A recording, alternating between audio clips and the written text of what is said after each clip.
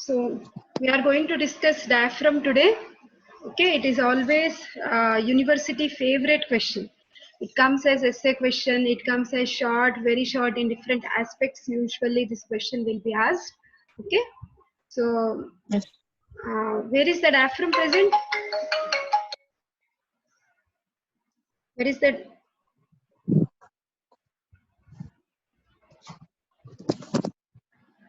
Where is, Below the between, lungs. very good. Below the lungs. That is between the thorax and abdomen. We find the diaphragm, isn't it? Okay. Now see here, we are going to discuss diaphragm under these headings. In fact, all of you should learn your answer under these headings, okay, and try to write the answer and submit it to me. So we should know the introduction, because it's a muscle. We should know the origin. Ma'am, for essay questions, can you give us like this only, ma'am, like what to write exactly for each question?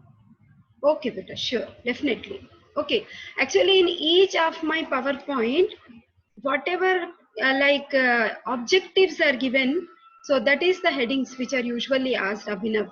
Okay, Yes, ma'am. for each PowerPoint I have these, okay, like objectives under which we are going to study, and if you don't find, you please ask me, I'll give you. Okay.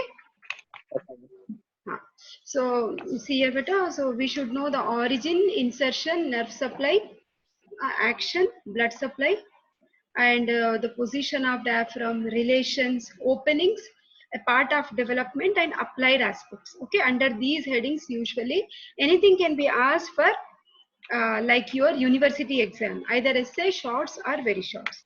Okay, so now see here. Yes. Now what is this actually diaphragm? That means it's actually something like a fence, okay, a partition through which the contents of thorax are moving into the abdomen, and the contents of abdomen can also move into the thorax. Okay, so it's a fibromuscular sheet which is separating the thoracic cavity from abdominal cavity. And from the knowledge of physiology also we know, Hemalata, it's a muscle of Respiration. Chief muscle of respiration. and to be more specific, Inspiration. inspiration. Okay, it's a muscle of, chiefly to be more specific, it is, of course it helps in respiration, but chiefly inspiration. Okay, now if you observe this picture, like we have taken this picture from the superior aspect. Now see here, this is the anterior aspect of the diagram. You are finding the xiphoid process, isn't it? And this is the like vertebral column. Okay, that means T12 is over. Now lumbar vertebrae are starting, and these are the ribs, and these are costal cartilages, isn't it? Ribs are shown in dark yellow color, and whatever grayish white in color are the cartilages, and this is the costochondral junction. So this is the layout of picture, anterior and posterior. Now when you observe the origin of this muscle, so it has its fibers coming from the posterior aspect of the xiphoid process, which are actually called as sternal fibers, and from the lower 6 ribs also you will see the muscle fibers are taking their origin. We call them as costal fibers, and from the lumbar vertebrae, I'll tell you how they come actually. So the lumbar vertebrae you call the lumbar fibers. Now if you actually observe this picture, this is the body of lumbar vertebra, isn't it? This is, we have done osteology. Body of lumbar vertebra, this is the vertebral foramen, okay, and we know these are the pedicels. This is lamina, right and left laminae, all of them have fused to form this vertebral arch. This is the spine, isn't it? Spine of the vertebra, and this is the transverse process. I am revising everything again because you see here, adjacent to this lumbar vertebra, you are finding 2 muscles on either side. Near to the midline, the name of this muscle is psoas major. Both of these muscles. This is psoas major, this is also psoas major. Okay, and adjacent to psoas major, you have quadratus lumborum. This is also quadratus lumborum. So we have psoas major, and then we have quadratus lumborum. Okay, then are you finding one green line covering the psoas major and quadratus lumborum? Yes. Okay, that is nothing but fascia. Facial thickening covering the psoas major and quadratus lumborum. Okay, facial thickening covering the psoas major and quadratus lumborum. Now, to be It is more lumbar fascia, no? no, beta, thoracolumbar fascia. Thoracolumbar. Thoracolumbar fascia is actually starting laterally. Okay. Okay. Okay, this is coming from this end laterally. Okay. Okay, so now this is the psoas fascia and so quadratus lumborum. The muscle is actually, as you move more laterally, you will get transversus abdominis beta. One of the abdominal muscles what we saw in the flat muscles of abdomen. We will see as Yes, ma'am. posterior relations of kidney when we do the lecture tomorrow. There is a code Okay. for this to remember easily the sequence of muscle. P, Okay. Q, T. T is not here, of course. P, Okay. Q, P, Q, T. P, Q, T. It becomes easy. Okay, psoas Okay. major, quadratus lumborum, and the transversus abdominis muscles will be in order. Now, because we are dealing with diaphragm, the facial thickening of psoas major and quadratus lumborum are giving origin to the lumbar muscle fibers of the diaphragm.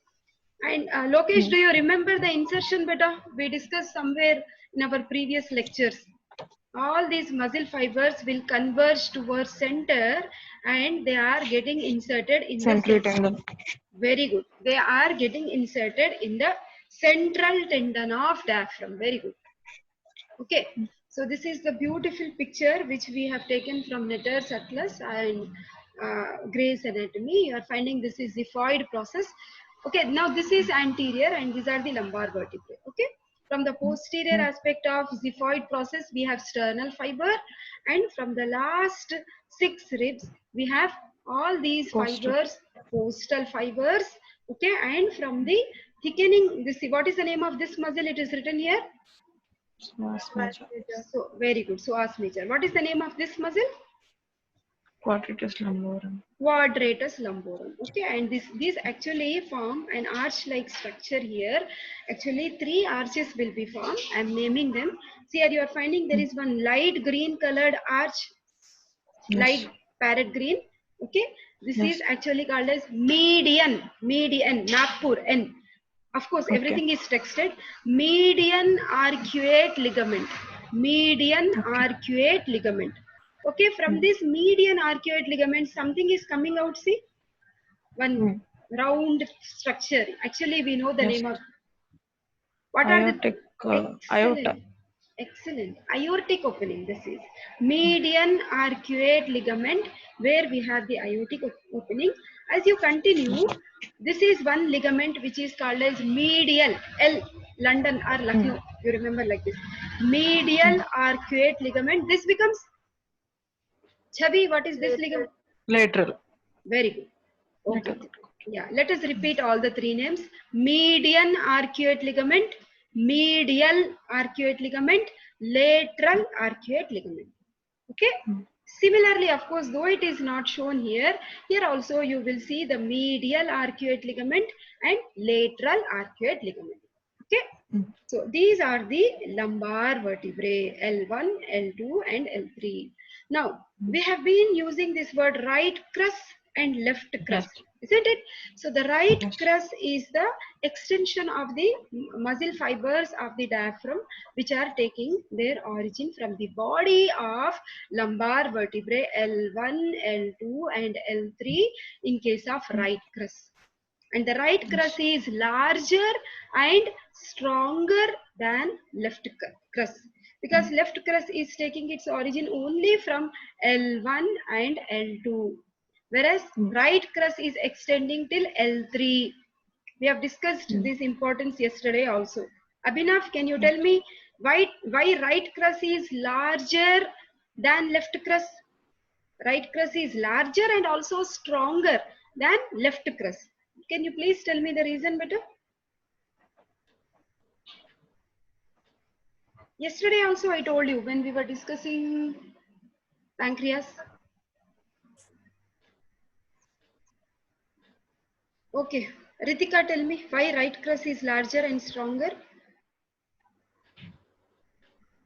Is it is related to liver being on the right side, ma'am? Yeah, liver being on the right side, right crus has to work more to pull the diaphragm during respiration. It has to pull down more so as to increase the vertical diameter of thoracic cage. Okay, left crus is comparatively smaller. What is present on the left side, Imad? Why left crus is so light? Ma'am, because of stomach. Yeah, stomach. So no need to do so much of work, isn't it? Most of the time stomach is empty. It's a empty bag, isn't it? Very good. So you remember, I'm very happy. So all these muscle fibers, you can see they are converging in this central region. Chabi, what is the name of this structure where the muscle fibers are taking insertion?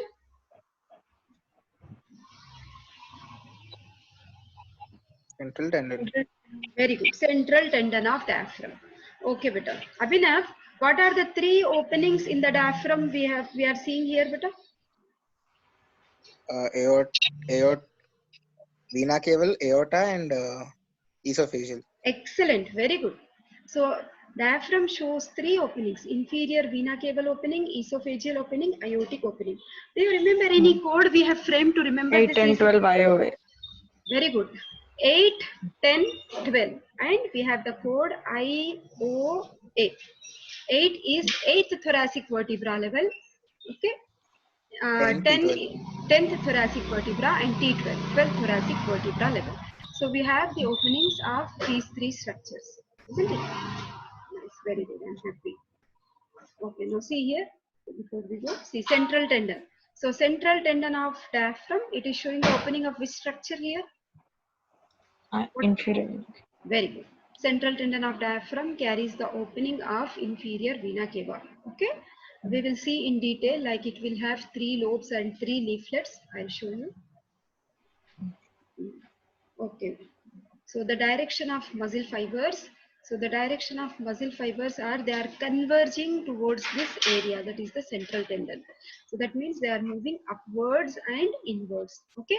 If you consider this as two domes, this is right dome of diaphragm, this is left dome of diaphragm. If you observe right dome, it is again higher in position. No? If you draw one line, they are not in the same plane. Right dome looks ऊंचा है, ऊपर है, ये थोड़ा नीचे है ना? क्यों? Why? Because on the right, Liver. very good. Under the right dome of diaphragm, we have liver, which is a solid organ, 1.5 kg, isn't it? So that it pushes the right dome upwards. Whereas left dome is light, it has only stomach, spleen, and left kidney, isn't it? These are the structures under the left dome. Okay, so that is. Okay. Now coming to very simple beta, so that is, but before that, actually I want to elaborate. See here, when you talk about medial arcuate ligament, actually you should know, like it is actually coming from the lateral aspect of the body of first lumbar vertebra, and the insertion is the tip of the transverse process of the first lumbar vertebra. Actually you can see here, this is the side of the body, and here you are finding the tip of the transverse processes. Okay.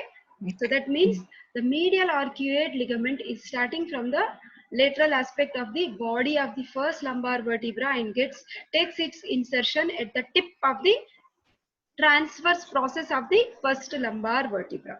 Okay. And the insertion, like the lateral arcuate ligament starting point, same point. Transverse. Excellent. Tip of the transverse process, and just it ends in the costal margin, because we have that lower 6 ribs, no? It just ends at the costal margin, the lateral arcuate ligament. Okay. So medial arcuate ligament and lateral arcuate ligament. Okay. So these are the areas. Actually, medial arcuate ligament is the thickening in the fascia of which muscle? Psoas major muscle. And lateral arcuate ligament is the thickening of the fascia of which muscle? Quadratus lumborum. Quadratus lumborum. Please remember this button. Okay. Because What is the ending point of that lateral arcuate ligament, ma'am? Costal margin beta, lower 6 ribs, Okay. the last rib. It just goes and merges with the ribs. Okay. Okay. So that is.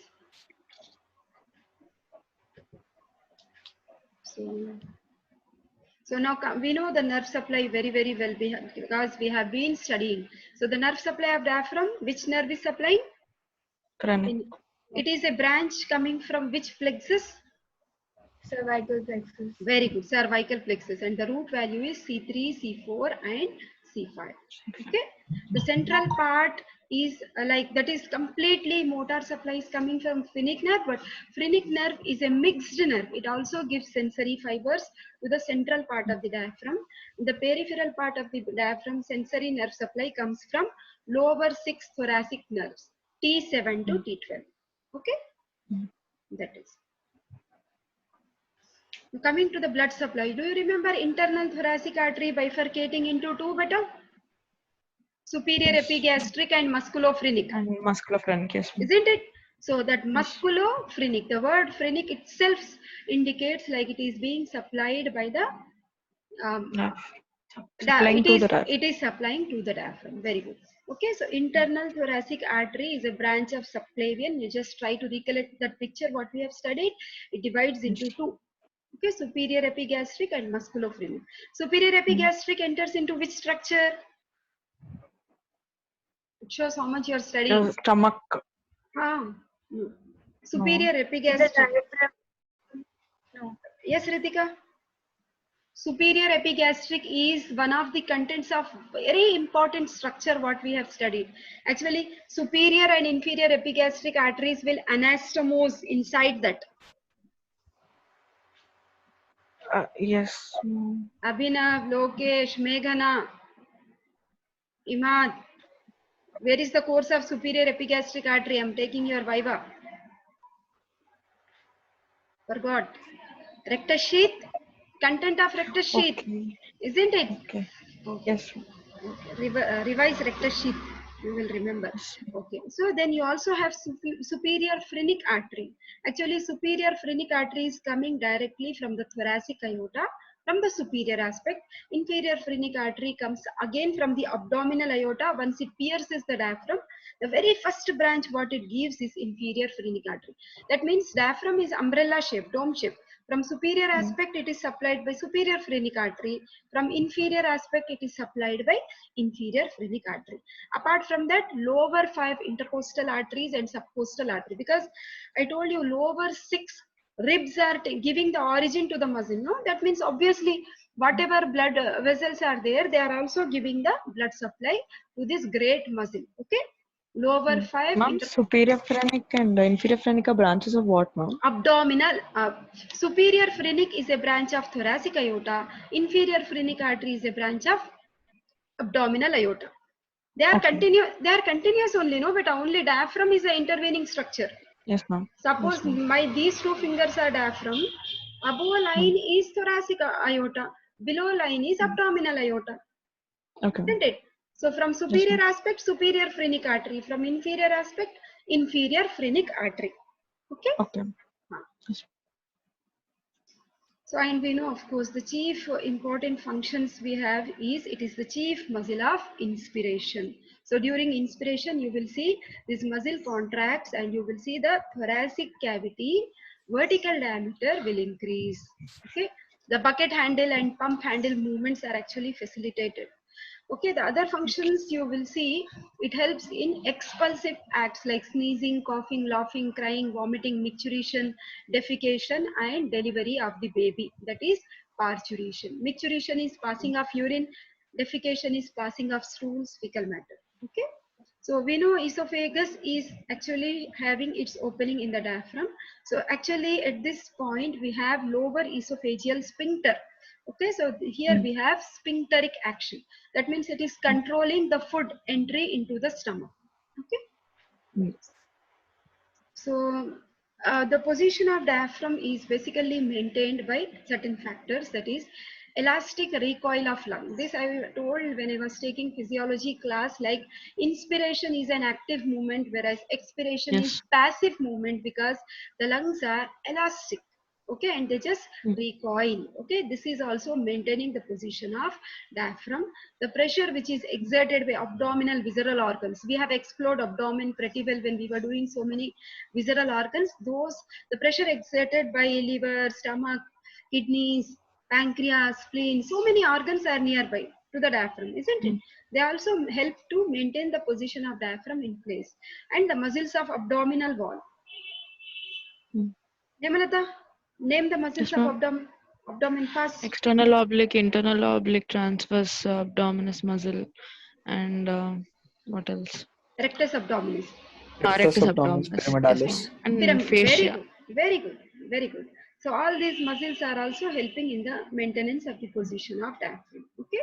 So overall, when we are in supine position, you will see it is like the dome is going in highest position. When we are sitting, it is just little coming down, and it is intermediate. Its position is intermediate in standing.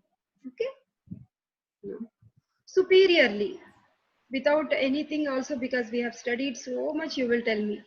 So superiorly, the superior, like this is right dome and this is left dome. Right dome is related to right pleura. What do we have here? Posto-diaphragmatic recess. This side, left posto-diaphragmatic recess. In the middle, it is related to pericardium of the heart.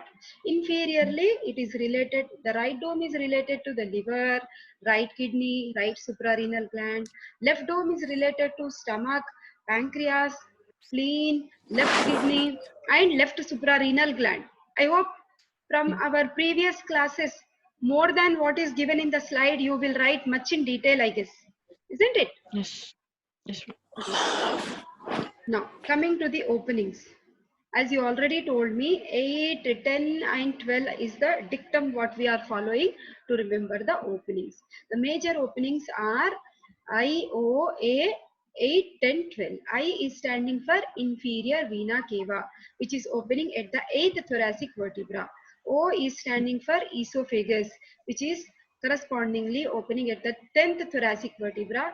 A is aortic opening, which is actually corresponding to the median arcuate ligament. It continues its journey like this. Okay, which is corresponding to T12, 12th thoracic vertebra. Do you remember any other structure which is passing through aortic opening? Aortic opening, does it see here? This is Chaurassius picture. Okay, see here. This is aortic opening. What is the name of this ligament? Median arcuate. The green duct we are finding is thoracic duct, and this is azygous vein. Okay. So aortic opening is also sharing the thoracic duct and azygous vein. Okay. Then, so apart from this, this is right crus and this is left crus. So right crus is related to the sympathetic chain. These are sympathetic chains. Okay. Lumbar sympathetic chain. Okay. So then, so that is right crus, and then these are the thoraco-abdominal vessels. Thoraco-abdominal vessels and nerves, which you are finding like this. Okay. See, these are epigastric vessels. Superior epigastric artery, just now, musculophrenic and superior epigastric artery, you have seen just now. Yes.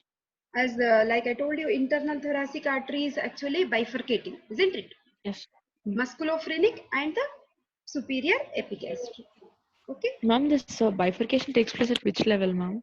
That is at 6th costal cartilage, like 6th intercostal space. Okay. Okay. So apart from that, you should practice this diagram very, very well better. Okay, I want everybody to practice this diagram. Of course, in new editions, this diagram has been modified. Okay, that is. So the other nerves you are actually finding here, you are finding the vagus nerve, okay, phrenic nerves, and the epigastric, like right and left gastric arteries, which are actually coming from celiac trunk, right and left gastric vessels. Okay. So development part we will discuss later, but simple, because unless we know some part of the development, we will not understand the anomalies. Actually, the sources are, we have septum transversum and the pleuroperitoneal membranes and the body wall. Okay, see here. Okay. So what is the nerve supply of diaphragm? Phrenic. Phrenic nerve. phrenic nerve. So motor and sensory both are coming from phrenic nerve. So suppose you remember we have referred pain. Yes, ma'am. So Suprascapular region. so like the cervical plexus is not only supplying the diaphragm but also it is also supplying Shoulder the and the back. that's the reason you will see the shoulder tip pain is the referred pain which is occurring if there is any irritation to diaphragm. Okay, and hiccup is actually this is due to the irritation of phrenic nerve. Sometimes if there is any gas or if there is any irritation in the stomach, fundus part of the stomach, if gas is accumulated, generally there will be irritation of phrenic nerve because of which we may suffer with this hiccups. Okay. So if the phrenic nerve is damaged, then you will see there is unilateral paralysis of diaphragm. Eventration I will show with the help of diagram. Okay. Diaphragmatic hernia also we will learn with the help of diagram. So congenital is by birth itself that septum transversum, whatever contributing factors are there, they are not fusing properly. Septum transversum, pluriperitoneal membrane, body wall. If all these, they should come towards the midline and all of them should fuse. And if suppose if they are not fusing properly, holes will remain. Okay. So that will lead to the hernias. Okay. Basically hernias are congenital only, but sometimes they may be acquired also. Okay. Now see here. Suppose if this is the sternal region and we know these are the sternal fibers, and suppose if the sternal fibers have not properly formed, then you will see this type of hernia which is called as retrosternal hernia. What is the meaning of retro? Retro means behind the sternum, xiphoid, behind this. Very good. This is also called as Morgagni's hernia. Okay, Morgagni's hernia. Bogdelic hernia is if the position of the big hole, big opening in the diaphragm. Such big openings are there. So dangerous, no? So posterolateral, septum transversum and pleuroperitoneal membrane have not properly formed and they have not fused properly, then you call it as Bogdelic hernia. And if it is exactly in the central position, big hole is there, then it is central hernia. So what is the difficulty? The abdominal organs may come into the thorax, thoracic organs may go into the abdomen, isn't it? That's what is hernia. Okay. So this is posterior hernia. You see, this is actually hiatus hernia. A part of the stomach is now, because of this big opening, you are finding it is now leaking into the thorax and it is pressing over the heart and the lungs. Okay. This is actually called as hiatus hernia. Congenital hiatal hernia or hiatus hernia. See, Bogdelic hernia, the posterolateral one, how dangerous it is. So such big opening on the posterolateral aspect of the diaphragm, liver is entering into the thoracic cage, loops of intestines have entered into the thoracic cavity. So if you do not perform surgery immediately after the birth of the baby cannot survive. Lungs cannot work and the heart is so much severely compressed like the baby will immediately die if not taken proper care. And such type of hernias nowadays we are examining before the birth of the baby itself because we have so many important techniques to identify the congenital defects, ultrasonography, color Doppler, so many techniques have come up. Amniocentesis is for different defects Chromosomal like defects. Down syndrome, chromosomal defects. Okay, but once the baby is formed properly, we will see this type of defects. Okay, after 7th month. Okay, ultrasonography, color Doppler, that type of techniques will usually help. Okay, beta? Okay. That is. So traumatic hernia. You are telling like there may be acquired hernias also, no? How are these acquired hernias? Trauma. That means there is some road traffic accident, so severe it was, because of which the diaphragm was ruptured. Okay. So in such cases, you will see traumatic hernia in which the part of stomach may leak into, may protrude into the thoracic cavity, leading to this type of hiatal hernia. Okay. So like generally I told you, so we have lower esophageal sphincter which should tightly contract so as to prevent the reflux of the contents of the stomach into the esophagus, isn't it? If the lower esophageal sphincter is not properly closed, what happens? Some people will have like a sore taste in the mouth, no? They will have so much of belching and all. That means the failure of the lower esophageal sphincter. Okay, we generally see because of the failure of the lower esophageal sphincter, and also in case of hiatus hernia also, that sphincter mechanism will not be closing properly. Okay, Mm. so these are the reference books, beta. Okay, so you read thoroughly. So, but stay back and try to share.